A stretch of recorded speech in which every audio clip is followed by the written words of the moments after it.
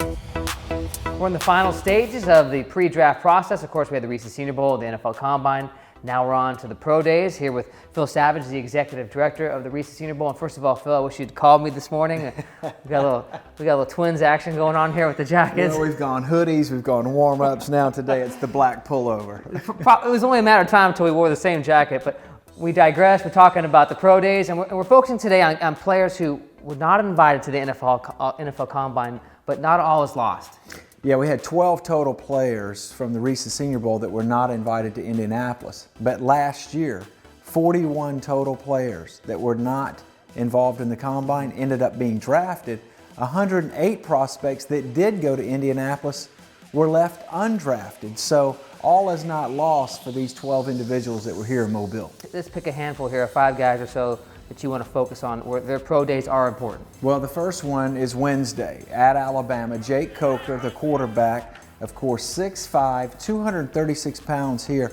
He's got some developmental traits. He really does. He's got a big arm. He's got plenty of size, the moxie to win. He's undefeated as a starter, but he has to demonstrate a quickened release and quickened footwork at the Pro Day event on Wednesday in Tuscaloosa. Real quick on Jake, why was he not invited to the Combine? 18 quarterbacks there? Well, there were 18 quarterbacks, but the voting took place in December. And of course, his best game of his career was in January against Michigan State. So that outing, plus the Clemson outing, plus what he did here in Mobile really didn't count in terms of the voting that was decided upon when he was left out of the Combine. Gotcha. All right, let's move on. Give me those 4 other guys you're watching. Yeah, how about Ed Egan? Now, he's a diminutive receiver from Northwestern State, Louisiana. He was a late add-on here, but here's the key for him. He's got quickness in the slot, but he's got 49 career punt returns, 125 career kickoff returns. So as a slot receiver, combo return man, he's got a chance to make a team as an undrafted free agent, maybe even slip into the late rounds if he tests well at his Pro Day on March 15th. Next up is Jay Lee. Now, Jay Lee is the receiver from Baylor. He conceivably had the best week of any receiver here in Mobile.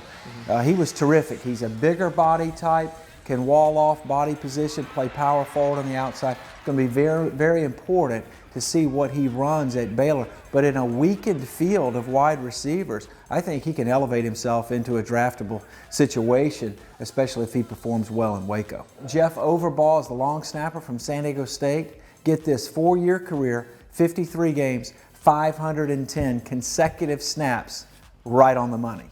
So everybody's always looking for long snappers. I think Jeff Overball is probably the best one in the country. He's got a chance to either be drafted, and if not, he'll make a team as an undrafted free agent afterwards.